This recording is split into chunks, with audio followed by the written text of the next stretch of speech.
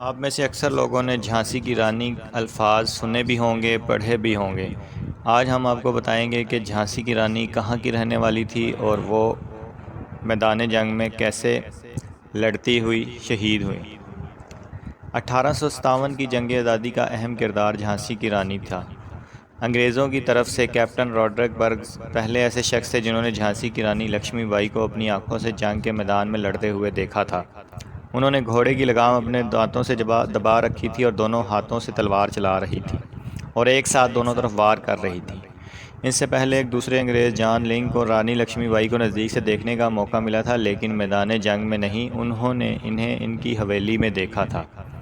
جب دامودر کو گود لیے جانے کو انگریزوں نے غیر قانونی قرار دیا تو لکشمی بائی کو جھانسی کا اپنا محل چھوڑنا پڑا۔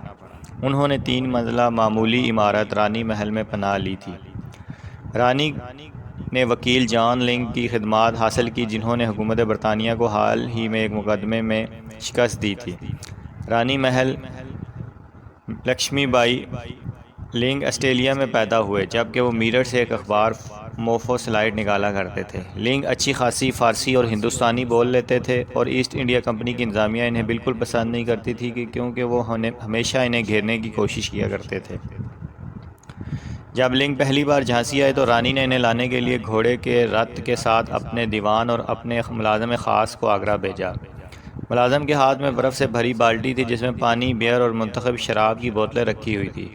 راستے بھر ایک ملازم لنگ کو پکھا جھلتا رہا۔ جھانسی پہنچنے پر لنگ کو 50 گھوڑ سوار ایک پالکی میں بٹھا کر رانی محل لائے، جس کے باغ میں رانی نے ایک سائبان لگوا رکھا تھا۔ رانی پردے کے پیچھے بیٹھی ہوئی تھی اور رانی پر جان لنگ کی نظر ایسے پڑی کہ دامودر نے پردہ ہٹایا اور پردہ ہٹانے کی وجہ سے لنگ کی ایک نظر رانی پر پڑ گئی۔ جان لنگ کے مطابق رانی درمیانے قد کی مضبوط خاتون تھی، جوانی میں بہت خوبصورت رہی ہوں گی۔ ان کا چہرہ بہت زیادہ گول تھا۔ انہوں نے سوائے سونے کی 2 بالیوں کے اور کوئی زیور نہیں پہنا ہوا تھا اور وہ سفید ساڑی میں ملبوس تھیں۔ کیپٹن راڈرک کہتے ہیں کہ میدان جنگ میں جب رانی کو اس طرح لڑتے ہوئے دیکھا تو انہوں نے خود فیصلہ کیا کہ وہ آگے بڑھ کر رانی پر وار کریں گے، لیکن جب وہ ایسا کرنا چاہتے تھے تو رانی کے گھڑ سوار انہیں گھیر کر ان پر حملہ کر دیتے تھے۔ ان کی کوشش یہی تھی کہ وہ ان کی توجہ دوسری جانب کر دیں۔ کچھ لوگوں کو زخمی اور قتل کرنے کے بعد راڈرک نے اپنے گھوڑے کو ایڑ لگائی اور رانی کی طرف بڑھنے لگے۔ اسی وقت راڈرک کے پیچھے سے اچانک جنرل روز کی انتہائی ماہر اونٹ یونٹ اس جانب آ نکلی۔ یہ ان کی ریزرو یونٹ تھی۔ وہ اس کا استعمال جوابی حملے کے لیے کرنے والے تھے۔ اس فوجی یونٹ کے اچانک جنگ میں اتر آنے سے برطانوی کیمپ میں جان آ گئی۔ رانی نے اسے فوراً بھانپ لیا۔ ان کے فوجی میدان جنگ سے بھاگے نہیں، لیکن ان کی تعداد کم ہونے لگی۔ برطانوی فوجی اس جنگ میں حصہ لینے والے جان ہنری سلویسٹر نے اپنی کتاب recollections of the campaign in Malwa and Central India میں لکھا ہے، اچانک رانی زور سے چلائی، میرے پیچھے آؤ، اور 15-20 گھوڑ سوار کی ایک نفری ان کے پیچھے چل پڑی۔ وہ جنگ کے میدان سے اتنی تیزی سے نکلیں کہ انگریز فوجیوں کو اسے سمجھنے میں کچھ سیکنڈز کی دیر ہو گئی۔ اچانک راڈرک نے اپنے ساتھیوں سے چلا کر کہا، "that's the Rani of Jhansi, catch her". Rani اور ان کے ساتھی ابھی 1 میل ہی پہنچے تھے کہ کیپٹن برگس کے فوجی ان کے سر پر آ پہنچے۔ یہ جگہ کوٹا کی سرائے تھی۔ لڑائی نئی سرے سے شروع ہوئی۔ رانی کے ایک فوجی کے مقابلے میں اوسطاً 2 برطانوی فوجی لڑ رہے تھے۔ اچانک رانی کو اپنے بائیں سینے کی جانب درد محسوس ہوا، جیسے کسی سانپ نے کاٹ لیا۔ ایک انگریز سپاہی جسے وہ دیکھ نہ سکی تھی، اس نے ان کے سینے میں سنگنی اتار دی تھی۔ وہ مڑی اور حملہ آور پر اپنی تلوار سے ٹوٹ پڑی۔ رانی کی چوٹ بہت زیادہ گہری نہیں تھی، لیکن خون تیزی سے نکل رہا تھا۔ اچانک گھوڑے پر دوڑتے ہوئے ان کے سامنے پانی کا چشمہ آ گیا۔ انہوں نے سوچا اگر وہ چھلانگ لگا کر آبشار کے پار ہو جائیں تو کوئی انہیں پکڑ نہیں سکے گا۔ انہوں نے گھوڑے کو ایڑ لگائی، لیکن گھوڑا چھلانگ لگانے کی بجائے اتنی تیزی سے رکا کہ وہ اس کی گردن تک سرک کر پہنچ گئی۔ انہوں نے دوبارہ مہمیز لگائی، لیکن گھوڑے نے 1 انچ بھی آگے بڑھنے سے انکار کر دیا۔ اس وقت انہوں نے اپنی کمر میں درد محسوس کیا۔ کسی نے بائیں جانب سے تیز وار کیا تھا۔ پھر ان کو رائفل کی ایک گولی لگی اور تلوار ہاتھ سے چھوٹ کر زمین پر گر پڑی۔ انہوں نے اسی ہاتھ سے کمر سے نکلنے والے خون کو روکنے کی کوشش کی۔ انٹونیا فریزر اپنی کتاب دی واریر کوئن میں لکھتی ہیں، اس وقت تک ایک انگریز رانی کے گھوڑے کے پاس پہنچ چکا تھا۔ اس نے رانی پر وار کرنے کے لیے اپنی تلوار اوپر اٹھائی۔ رانی نے بھی اس کا وار روکنے کے لیے دائیں ہاتھ والی اپنی تلوار اوپر کی۔ اس انگریز کی تلوار ان کے سر پر اتنی قوت سے پڑی کہ ان کا سر پھٹ گیا اور پھر اس سے بہنے والے خون سے تقریباً وہ اندھی ہو گئی۔ اسی حال میں رانی نے اپنی پوری قوت سے اس انگریز پر تلوار چلائی جو صرف اس کے کندھے کو ہی زخمی کر پائی۔ رانی گھوڑے سے نیچے گر پڑی۔ اس کے بعد ان کے فوجیوں میں سے ایک نے اپنے گھوڑے سے اتر کر انہیں گود میں لے لیا اور انہیں قریبی مندر میں لے گیا۔ رانی اس وقت تک زندہ تھی۔